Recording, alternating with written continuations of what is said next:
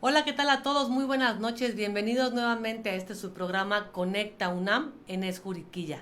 Es un gusto para mí presentar el día de hoy a nuestra gran amiga y aparte doctora Elisa Ventura, quien es médica especialista en sexología y es docente en la Escuela Nacional de Estudios Superiores. Doctora Elisa, muy buenas noches y bienvenida a este su programa.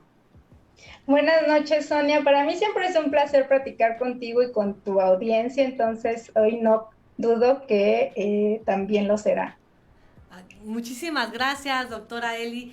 Pues el día de hoy tenemos un tema muy interesante y es parte de lo que es tu especialidad, que es discapacidad y sexualidad, ¿no? ¿Qué podemos platicar un poco? Actualmente, ¿qué está trabajando ahorita en la ENES?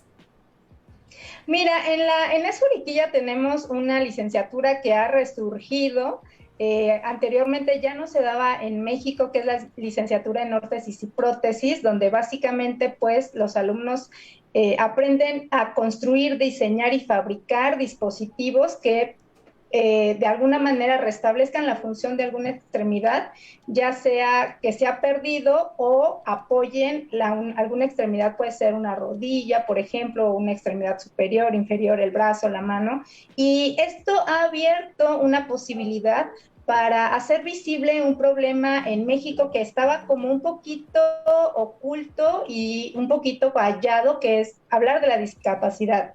Y aprovechando ahí que yo soy profesora y yo imparto materias básicas como anatomía, como imagenología, y bueno, también por parte de mi especialidad, pues se abrió la oportunidad de empezar a hacer una investigación un poco quizá más profunda y más seria sobre la relación que existe entre la discapacidad y y la sexualidad. Y es justamente de lo que vamos a hablar el día de hoy. Pues excelente, un tema, sin duda esta licenciatura tuvimos la oportunidad en programas anteriores que vinieran a platicarnos también personal de la UNAM, docentes de la UNAM, en qué consiste. Y qué interesante que el día de hoy nos puedas platicar, doctora, la importancia, bueno, la relación que hay y la investigación que se está haciendo entre la discapacidad con la cuestión de la sexualidad. ¿Y quién mejor que la experta para podernos platicar? Este espacio es abierto y quedamos escuchando con mucho gusto. Muchas gracias, Sonia. Me gustaría empezar justamente por hacer una breve definición de dos palabras que quizá para muchos y muchos de nosotras son quizá un poco ajenos y para evitar malinterpretaciones y que nos espantemos de inicio, ¿qué les parece si comparto con ustedes unas pequeñas definiciones de ambos términos que queremos definir hoy? Claro. Por ejemplo, en primer lugar, la discapacidad. ¿A qué nos referimos con discapacidad? Bueno, la Organización Mundial de la Salud ya la ha definido como un término general que abarca las deficiencias, entendiendo a las deficiencias como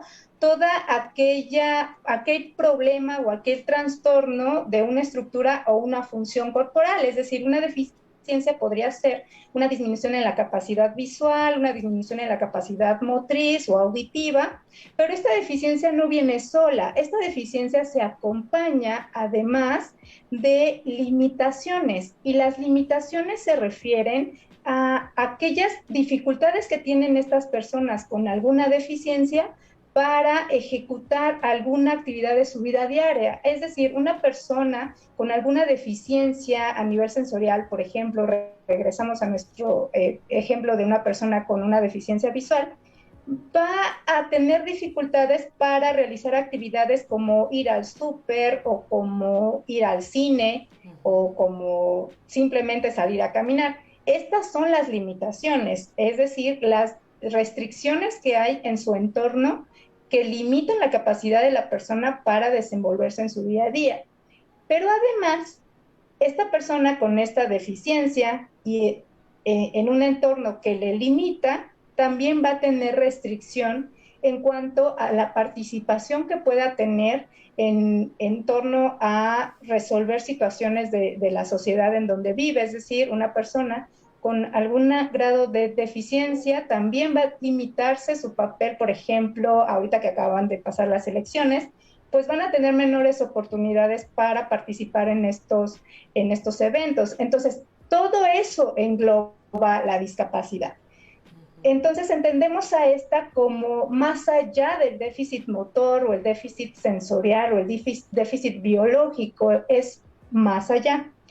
Y más o menos relacionado a ello, en torno a que es una definición más amplia, también podemos definir a la sexualidad. La sexualidad muchas veces la entendemos meramente como un acto reproductivo o un acto sexual. Sin embargo, va mucho más allá. De acuerdo a la Organización Mundial de la Salud, en el 2006, ha definido la sexualidad como un aspecto central de todo ser humano, es decir, todos y todas ejercemos y tenemos sexualidad, que está presente a lo largo de toda nuestra vida. Yo me atrevería a decir que incluso está presente desde antes que nacemos. Y no me vas a dejar mentir, cuando nos invitan a un baby shower, lo primero que preguntamos es, ¿y qué va a hacer? ¿Por qué? Porque queremos saber de qué color vamos a llevar el regalito, ¿no? La chambrita, rosa si es niña, azul si es niño y blanco si no nos queremos meter en problemas.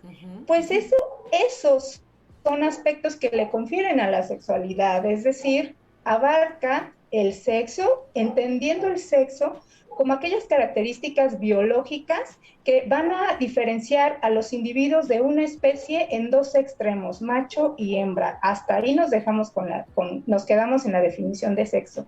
Pero también abarca la identidad sexual, la identidad de género, la expresión de género, al erotismo, al placer, a la intimidad, a la reproducción, a la orientación sexual. Es decir, abarca un montón de cosas que también va a abarcar cuestiones de autoestima sexual, asertividad sexual, toma de decisiones, cómo llevamos a cabo nuestras relaciones de pareja, etcétera, etcétera, etcétera.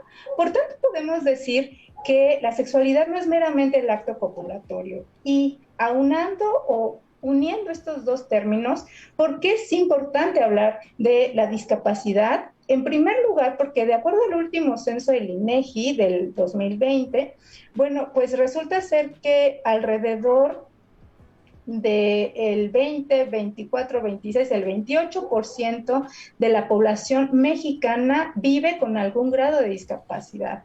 Por tanto, es importante, es un grupo bastante amplio de la población, y sin embargo este grupo es altamente vulnerable en muchos aspectos, incluyendo al ámbito sexual. Y es que en relación a las personas con discapacidad, independientemente de la discapacidad de que se trate, ya sea una discapacidad intelectual o una discapacidad motriz, hay muchos mitos en relación a estas personas y en torno a la sexualidad y cómo viven la sexualidad. Muchos de ellos, por ejemplo, aquí solo traigo algunos, pero por ejemplo, y quiero recalcar que estos son mitos e ideas que hay como en la población general. Por ejemplo, pensar que estas personas pues tienen otras cosas más importantes en qué pensar, por ejemplo, en cómo rehabilitarse o cómo reanudar su vida o su actividad laboral, y que por ello estas personas no tienen deseo sexual.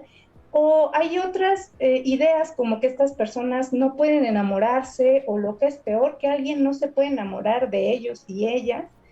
Algunas otras como que no tienen interés en reproducirse por las limitaciones que puedan llegar a tener a la hora de tener una responsabilidad como puede ser un hijo. Que es principalmente una creencia para personas con discapacidad intelectual, que son seres asexuados. Hay esta idea de que son angelitos, seres especiales que bajan del cielo y que no tienen este despertar sexual. Y hay otro, por ejemplo, que es muy fuerte, decir que estas personas no son capaces de sentir o dar placer, sobre todo en personas con lesiones medular, que, bueno, tienen parálisis y quizá la sensibilidad se ve disminuida. Y hay esta idea de que quizá no son capaces de sentir placer y tampoco son capaces de darle placer a sus parejas. Y finalmente vamos a hablar de que también hay esta idea de que estas personas pueden no ser lo suficientemente atractivos o atractivas. Todos estos son mitos en torno a la sexualidad en personas con discapacidad que la verdad es que cada uno de ellos han sido derrumbados por diferentes estudios y diferentes pues investigaciones que se han hecho. A través de estas mismas investigaciones, además de derrumbar estos mitos, se han logrado eh, abrir paso a lo que sí es cierto en relación a las personas con discapacidad. Entonces, esos fueron los mitos, pero ¿qué sí es cierto en torno a las personas con discapacidad y su sexualidad? Una verdad absoluta es que este grupo, por ser un grupo particularmente vulnerable, tienen un mayor riesgo de contraer infecciones de transmisión sexual, especialmente VIH-Sida. Otra verdad, mejor dicho, es que mujeres con discapacidad en general tienen un acceso menor a los servicios de salud y entonces los diagnósticos de enfermedades graves como el cáncer se hacen de manera tardía, de tal suerte que la mortalidad en estas mujeres es muy alta en comparación a mujeres sin discapacidad. También en aquellas mujeres que se embarazan y que tienen alguna discapacidad, también porque no tienen acceso a servicios de salud, la morbilidad y la mortalidad, tanto de ellas como de sus productos, están aumentadas.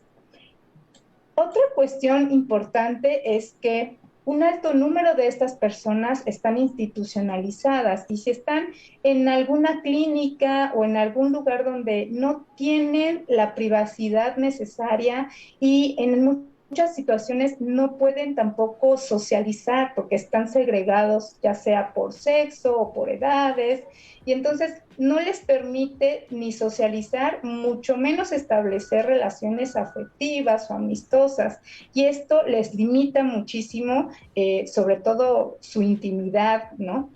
Doctora También Eli, es cierto que las perdón. personas con sexualidad van a tener acceso a información muy limitada si es que la tienen porque generalmente no tienen acceso a información, mucho menos a información sobre sexualidad.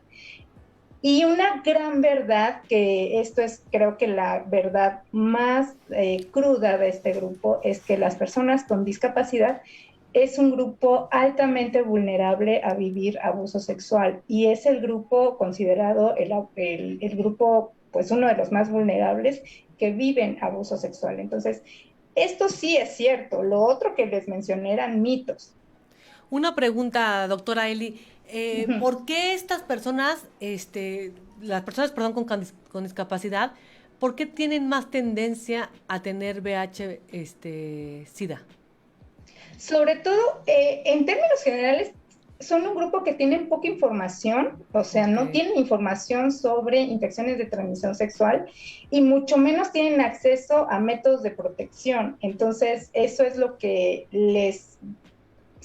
digamos que se hace una bola de nieve entre que no tienen información y tampoco tienen acceso y tampoco lo saben usar si es que llegaran a tener o no tienen los medios y si además sufren abuso, difícilmente van a poder evitar este tipo de infecciones. Entonces, no quiero decir, y que quede claro, que esta población tengan mayores índices de VIH.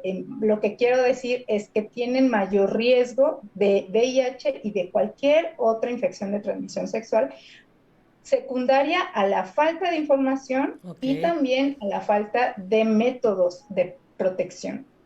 Ok, y la cuestión de las mujeres embarazadas que tienen alguna discapacidad, el no tener acceso a hospitales, esto, ¿por qué depende? O sea, esta información que nos proporciona, doctora, ¿es de acuerdo a una investigación que se ha realizado?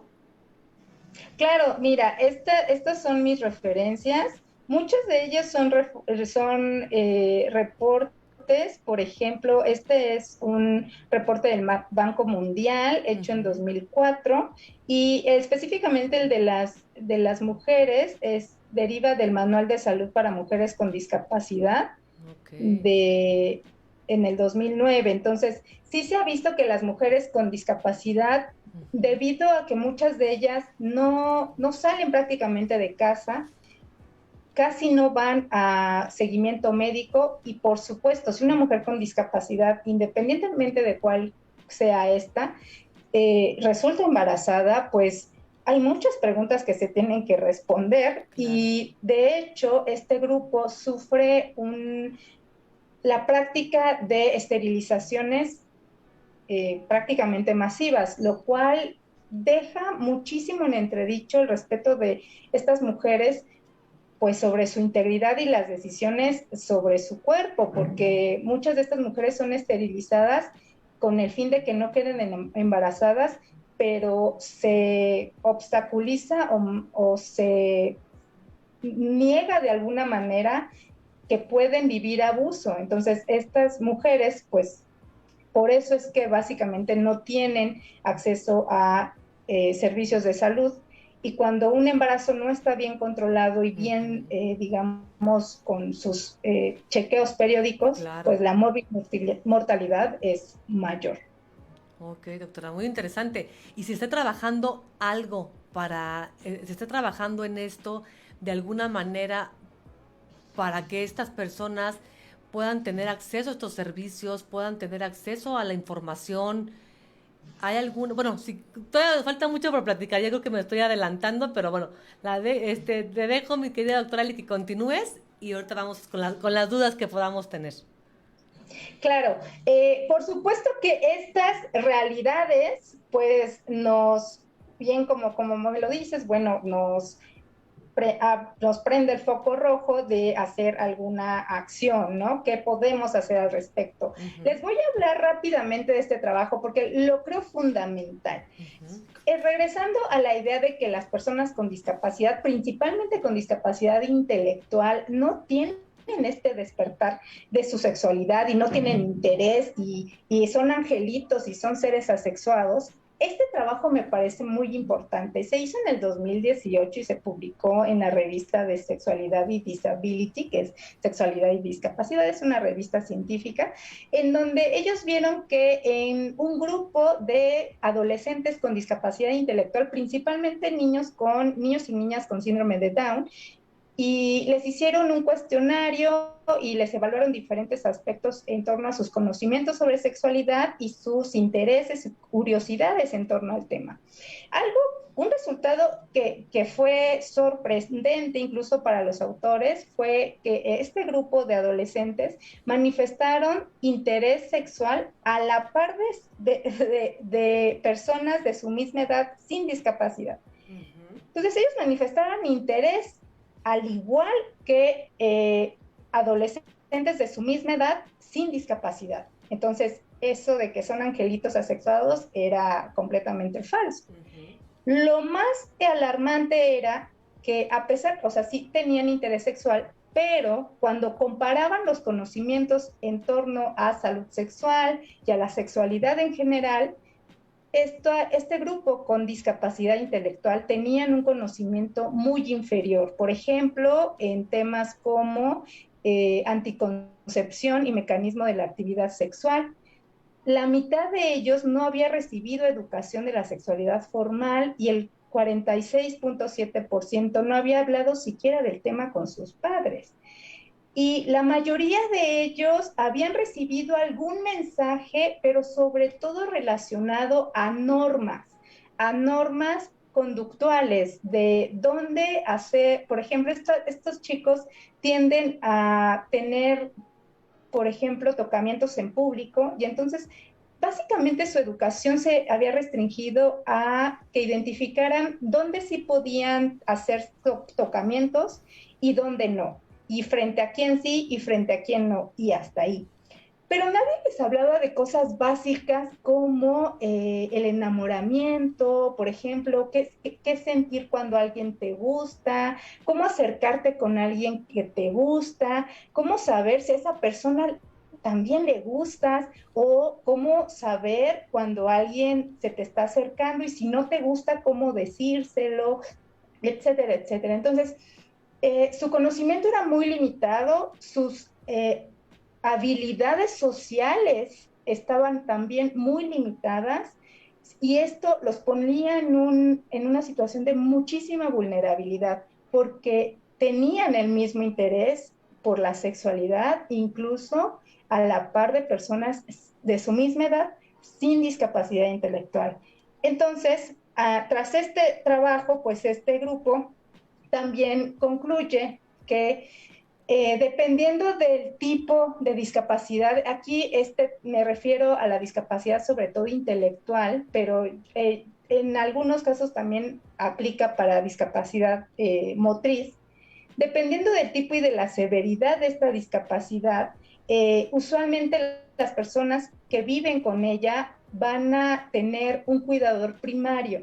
Si ese cuidador primario tiene conocimientos y aptitudes suficientes en términos de conocimientos de la sexualidad, pues a esta persona le va a ir muy bien porque va a recibir ese conocimiento de su cuidador primario.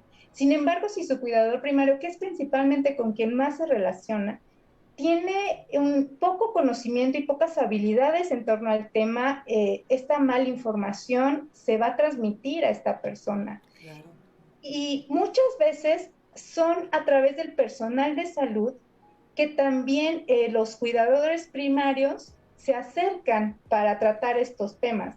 Y por eso es que en la licenciatura de órtesis y prótesis en la materia de discapacidad y sociedad damos un módulo de discapacidad y sexualidad, porque nuestros alumnos como personal de la salud van a estar en contacto con tanto personas con discapacidad como con sus cuidadores primarios y tienen que tener los conocimientos básicos para, en caso de que alguien les pregunte algo en torno a la sexualidad, tengan el conocimiento básico y no den mala información, puesto que una persona que pertenecemos al personal de la salud, pues tenemos cierta figura de autoridad, ¿no? Entonces es importante que todo el personal de la salud desarrolle estos conocimientos y habilidades para hablar del tema. Y esto lo dicen también otros trabajos que ya hoy no se los pude traer.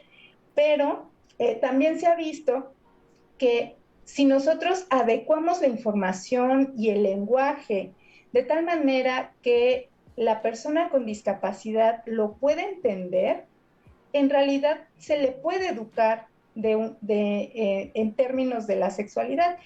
Y esto no se lo traje aquí, pero bueno, es en otro trabajo que me tendrán que creer porque no se los tengo citado, pero en un grupo de adolescentes con discapacidad intelectual, al mismo que manifestaban mismo interés que aquellos sin discapacidad, les dieron un taller sobre educación sexual, pero abarcaron muchos temas como asertividad, habilidades sociales, toma de decisiones, identificación de situaciones de riesgo y abuso, incluso también de cuestiones de reproducción, y toda la información la adecuaron a las necesidades de tal manera que estas personas lo pudieran entender.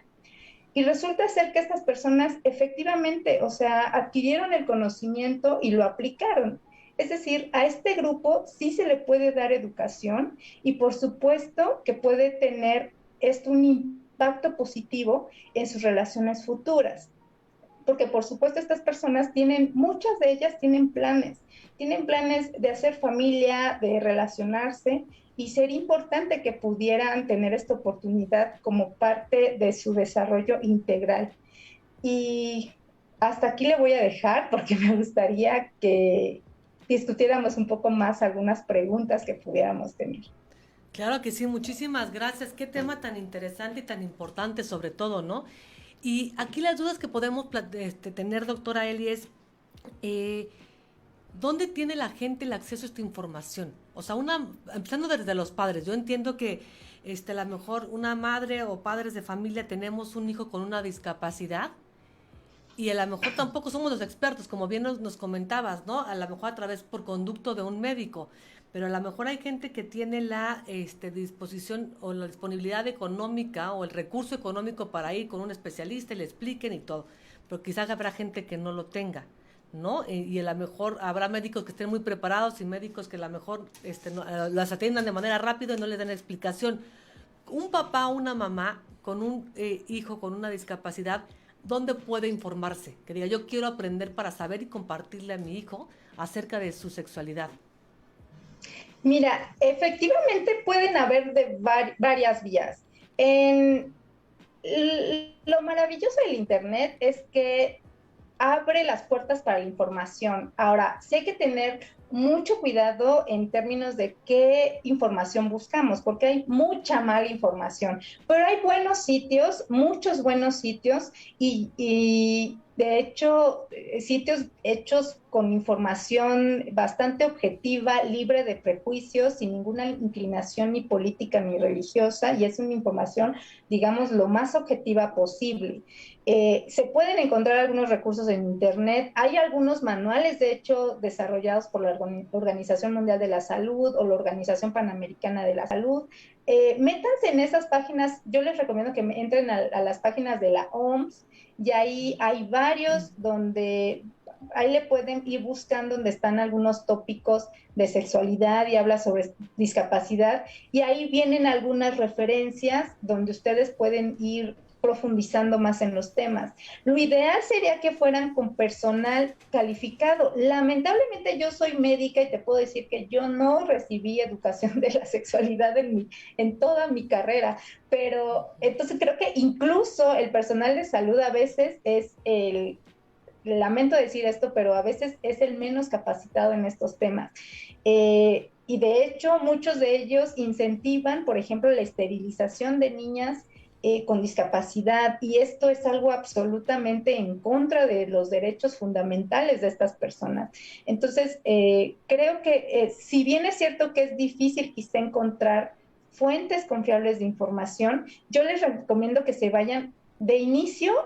El Internet es una herramienta maravillosa, pero que vayan a sitios oficiales de organizaciones serias de la salud, como la Organización Mundial de la Salud o la Organización Panamericana de la Salud, o hay otras, por ejemplo, la Organización Mundial de la Salud Sexual, existe esa organización, y ya de ahí, y muchas de ellas tienen recursos en español y sí se pueden. Hay otros, por ejemplo, hay algunos libros que están hechos especialmente para padres y solamente que requieren buscarse en librerías especializadas, pero ahora ya con el Internet, la verdad es que ya puedes bajar los libros electrónicos, entonces solo es ahí sí buscar libros y creo que esa sería una buena y un buen primer paso para meternos en este tema, pero sí es muy importante y yo entiendo que debe ser una responsabilidad muy grande para quien tenga un hijo o hija con discapacidad,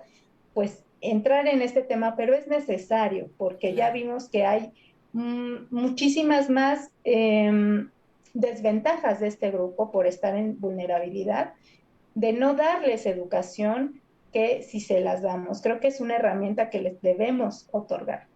Además, yo creo que de acuerdo al tipo de discapacidad que se tenga, el, la consulta de relación a la sexualidad es distinta, ¿no? No sé si estoy en lo Sí. correcto. Depende mucho del tipo de discapacidad, sobre todo cómo le vas a dar la información. Pero hay temas que tienes que hablar sí o sí. Por ejemplo, temas en torno a identificar situaciones de abuso, sí o sí las tienes que tocar. Ya sea que Claro, utilices un lenguaje lo más simplificado posible en caso de que sea una discapacidad muy profunda, pero tienes que darle en los sí o sí elementos. algunos temas fundamentales. Eso sí, no puedo, algunos quizá te puedes los puedes dejar para después, pero hay algunos que sí son fundamentales, especialmente los del abuso. Doctora Eli, es un tema sumamente interesante, sumamente importante que nos encantaría. Hacemos el compromiso aquí de invitarte a una conferencia que podemos dar por educación continua, a lo mejor de los temas prioritarios, ¿no? Que sabemos que, digo, cualquier padre y madre de familia al final del día tenemos que tener a nuestros hijos en todas estas cuestiones informados, ¿no? Entonces, a lo mejor los padres y madres que tenemos hijos con alguna discapacidad no saben cómo enfocarse, entonces a lo mejor sería padrísimo poder dar por parte de la UNAM, por parte de Educación Continua, una plática de manera general y quién mejor que el especialista en sexualidad que tenemos en la Inés. Por mí firmo, ¿de dónde firmo? De una vez, claro que sí. Padrísimo, padrísimo, doctora. Claro que sí lo vamos a hacer porque creo que es un tema muy importante tocar, muy importante conocer, ¿no? Entonces, pues queremos, se nos acabó el tiempo, desafortunadamente tenemos media hora y se nos va volando y con temas tan interesantes más. Pero quiero agradecer inmensamente, doctora Elisa Ventura, quien es especialista, médico especialista en sexualidad, en sexología, profesora de la Escuela Nacional de Estudios Superiores de la UNAM y profesora. Entonces, muchísimas gracias, doctora. Quedamos con el compromiso y les hacemos llegar a todos también por este medio cuándo va a ser la plática. A todos los que estén interesados, con mucho gusto, escríbanos en la página de Radio Empresarial Querétaro, en la página de la Inés Juriquilla, y con mucho gusto nosotros vamos a dar una conferencia, a lo mejor de manera general, de la importancia de este tema y los puntos que como padres tenemos que tratar con nuestros hijos que tengan alguna discapacidad. Doctora Eli, muchísimas gracias. Un gusto haberte tenido hoy con nosotros en tu programa Conecta UNAM en Inés Juriquilla. Muchas gracias a ti y buenas tardes. Buenas tardes a todos, muy buenas noches y nos vemos el próximo miércoles a la misma hora. Buenas noches y gracias.